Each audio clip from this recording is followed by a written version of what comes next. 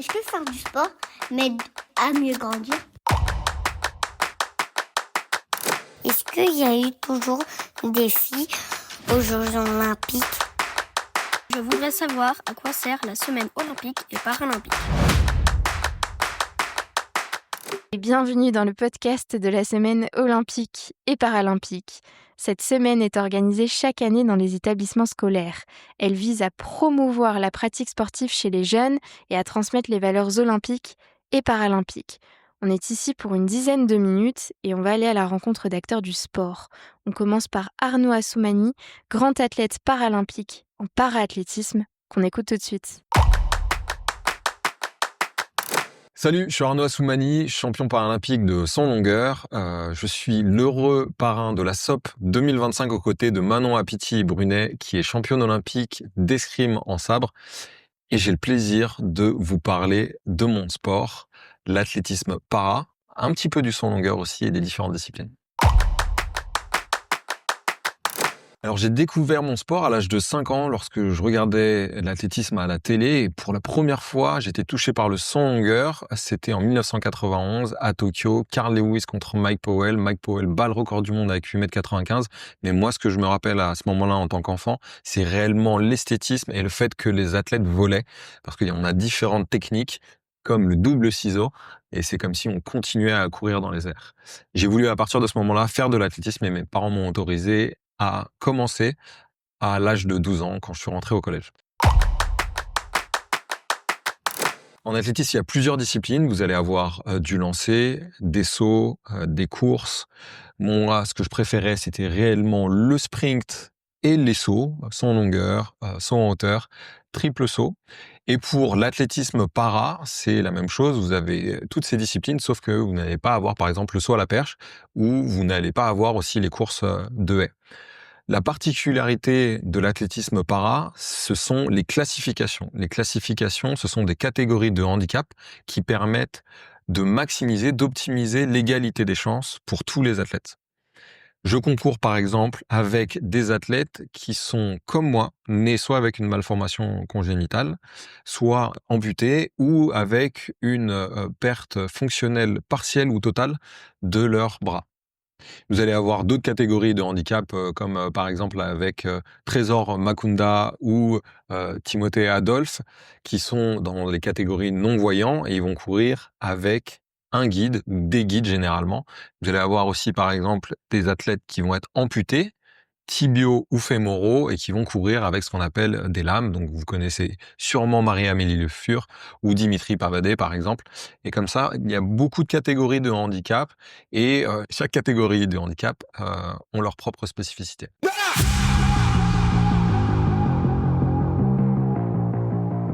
À l'occasion des Jeux olympiques et paralympiques qui se sont tenus à Paris l'été 2024, 45 000 volontaires se sont mobilisés pour contribuer à la réussite de cet événement mondial. On va à la rencontre de Nathalie, qui était volontaire au Club France, la plus grande fanzone des Jeux, au Parc de la Villette, pour célébrer les athlètes.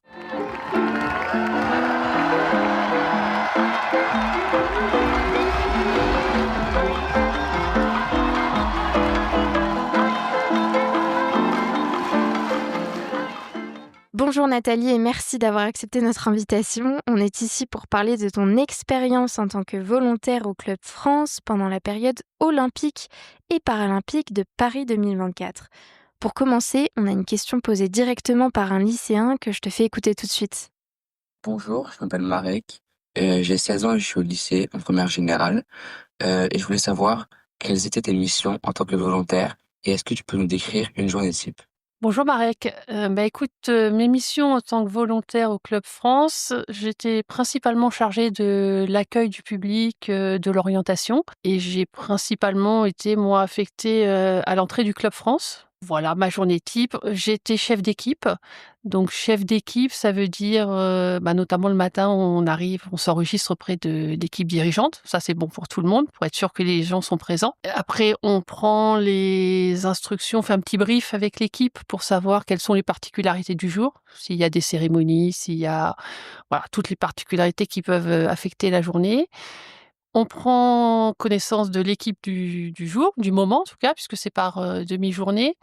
Et après, on va mettre tout le monde en place. Et puis, au fur et à mesure de la journée, on s'assure que les gens sont bien présents à leur poste, qu'ils font les pauses nécessaires. On assure les rotations pour les pauses boissons ou pour le déjeuner.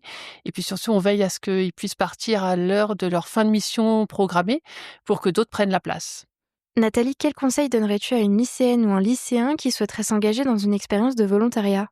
Le conseil, je dirais, c'est que il faut oser spontanément poser une candidature. Moi, j'avais jamais fait de volontariat de ma vie. C'est la première fois que je le faisais.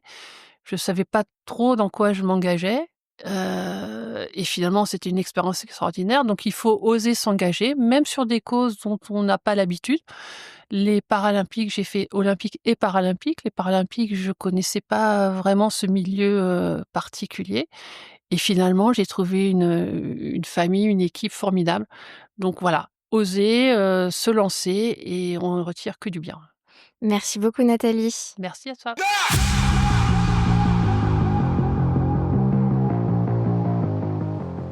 Et maintenant, nous allons à la rencontre de Marie-Amélie Le Fur, présidente du comité paralympique et sportif français et triple championne paralympique en paraathlétisme. C'est parti. Bonjour Marie-Amélie Le Fur, on est ravis et honorés d'être avec vous. On est ici pour parler des Jeux de Paris 2024 et de leur héritage. On a des questions posées directement par des lycéens et je vous fais écouter la première. Donc bonjour, je m'appelle Émilie, j'ai 16 ans et je suis en première au lycée. Et j'aurais aimé savoir comment les Jeux de Paris 2024 vont contribuer à rendre la société plus inclusive à travers le sport. Bonjour Émilie, question très intéressante. Il y avait effectivement une ambition portée par ces Jeux de 2024 de faire en sorte qu'ils soient utiles pour le quotidien des personnes en situation de handicap et notamment leur inclusion dans la société. Pour moi, il y a peut-être 3 éléments principaux à retenir sur cette question-là.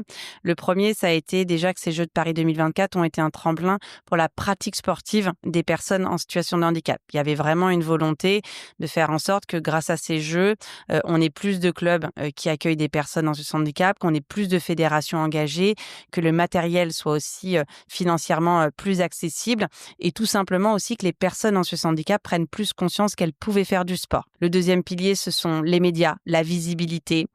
Et ça a été vraiment, on a vraiment franchi un cap grâce aux Jeux de Paris 2024 puisque les médias se sont emparés des Jeux paralympiques. Ils ont permis aux sportifs paralympiques, aux Jeux paralympiques de gagner le cœur des Français parce qu'il y a eu beaucoup plus de sujets faits sur les Jeux paralympiques, sur les athlètes. Et surtout, ces sujets, ils ont été faits différemment. On a utilisé une sémantique nouvelle et on a beaucoup plus parlé du projet sportif que de la situation de handicap. Et ça, c'était un véritable enjeu. Et le troisième pilier, c'est toutes les accélérations que nous avons eues en termes d'innovation, que ce soit dans l'accessibilité des transports.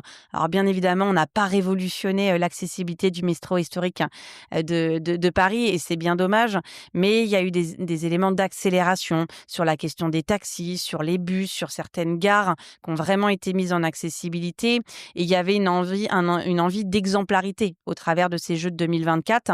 Maintenant, on a amorcé un changement de paradigme. À un moment donné, il faut le continuer. On a une deuxième question d'un lycéen sur les classifications aux Jeux paralympiques. C'est parti. Bonjour, je m'appelle Georges, j'ai 15 ans et je suis dyslexique. Je voudrais savoir s'il y a une catégorie pour moi aux Jeux paralympiques. Alors non, malheureusement, effectivement, il n'existe pas de catégorie pour les personnes dyslexiques. C'est pas en fait une situation de handicap qui est reconnue dans le mouvement paralympique. Voilà, la classification, donc la détermination effectivement d'une catégorie en fonction de votre handicap dans le mouvement paralympique, reconnaît 10 grandes familles de handicap. Et après, chaque sport, en fonction du schéma moteur qui est sollicité, va établir sa classification. Et on le rappelle, l'enjeu de la classification, c'est d'avoir une équité, que finalement le handicap ne soit pas discriminant dans la capacité à gagner des médailles. Et à date, effectivement, la dyslexie n'est pas un handicap reconnu. Pour autant, ça ne veut pas dire qu'il ne faut pas que le mouvement sportif, dans sa globalité, dans sa version compétition et loisirs, ne se pose pas la question de l'accueil de personnes qui sont porteurs effectivement d'une dyslexie et la façon dont l'encadrant, la personne qui est en interaction, adapte son enseignement à ce besoin singulier. Et enfin, une dernière question d'une lycéenne. C'est parti. Bonjour, je m'appelle Maya, j'ai 14 ans et j'aimerais savoir ce que les athlètes font après avoir fini leur carrière. Bonjour Maya. Après leur carrière, déjà, ils prennent un peu de temps pour se reposer, généralement. Voilà, parce qu'on a besoin effectivement derrière les Jeux d'avoir un petit temps de coupure. Et puis après, on va dire que le post-carrière, il appartient à chaque athlète. Chaque athlète va tracer sa voie, va avoir sa propre appétence pour un métier qui peut être lié au sport ou finalement dans une branche tout autre. Après, nous, notre responsabilité en tant qu'institution, auprès des fédérations, auprès du ministère, c'est de faire en sorte que les athlètes ne se retrouvent pas du jour au lendemain avec absolument plus rien dans leur vie. Donc, le post-carrière, ça doit s'anticiper, c'est quelque chose qui doit se préparer. Et depuis de nombreuses années, il y a énormément de dispositifs qui sont mis à disposition des athlètes pour qu'ils puissent avoir un double projet. Un double projet, c'est le sport, les études, mais ça peut être aussi le sport et un projet professionnel, selon finalement l'âge du sportif. Et on le voit, hein, les carrières sont de plus en plus longues. Donc, il y a vraiment aussi cet enjeu de pouvoir concilier sport et emploi.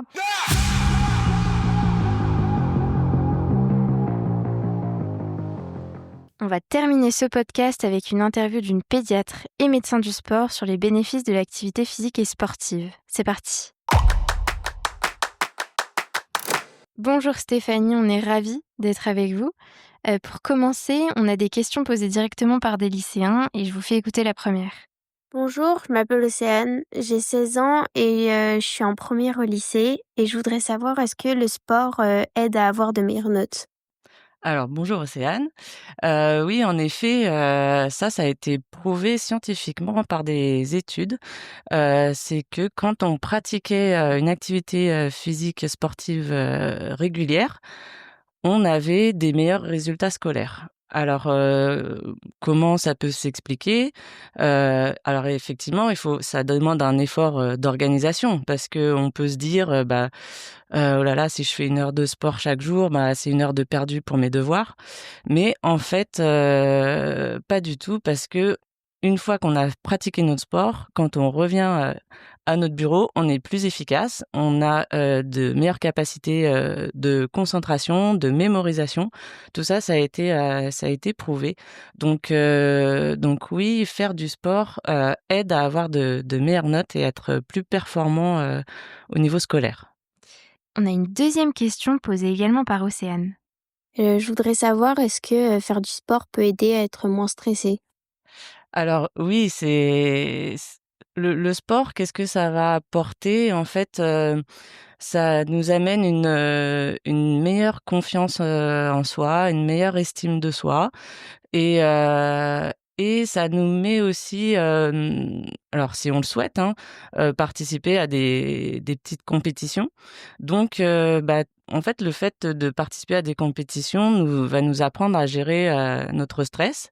C'est-à-dire que tout le monde a un peu le trac, un peu le stress devant une compétition ou devant un examen. Mais comment savoir gérer ça, ne pas se faire submerger par de l'anxiété, mais au contraire, savoir utiliser ce stress pour être encore plus performant. Voilà, que ça soit dans le sport comme devant une épreuve, un examen ou un concours plus tard. Si tu as donc un conseil à donner aux lycéens, c'est donc de rester actif et de bouger régulièrement. Oui, voilà, un peu chaque jour. Plus, si on peut rajouter 2 fois par semaine des activités un peu plus intensives ou de renforcement musculaire, là, c'est vraiment le programme parfait. Mais je pense aux lycéens qui vont être stressés à l'approche du bac, etc. Savoir que voilà, juste de faire des déplacements plutôt en vélo ou à pied plutôt qu'en bus ou en voiture. Parfois, ça prend pas beaucoup plus de temps, mais ça permet déjà de bouger un petit peu et d'être plus efficace du coup après sur les révisions. Parfait, merci beaucoup Stéphanie. Avec plaisir. C'est la fin de ce podcast. Merci beaucoup à vous d'avoir pris le temps d'écouter. On espère que vous avez apprécié et on vous souhaite une très belle semaine olympique et paralympique. À bientôt.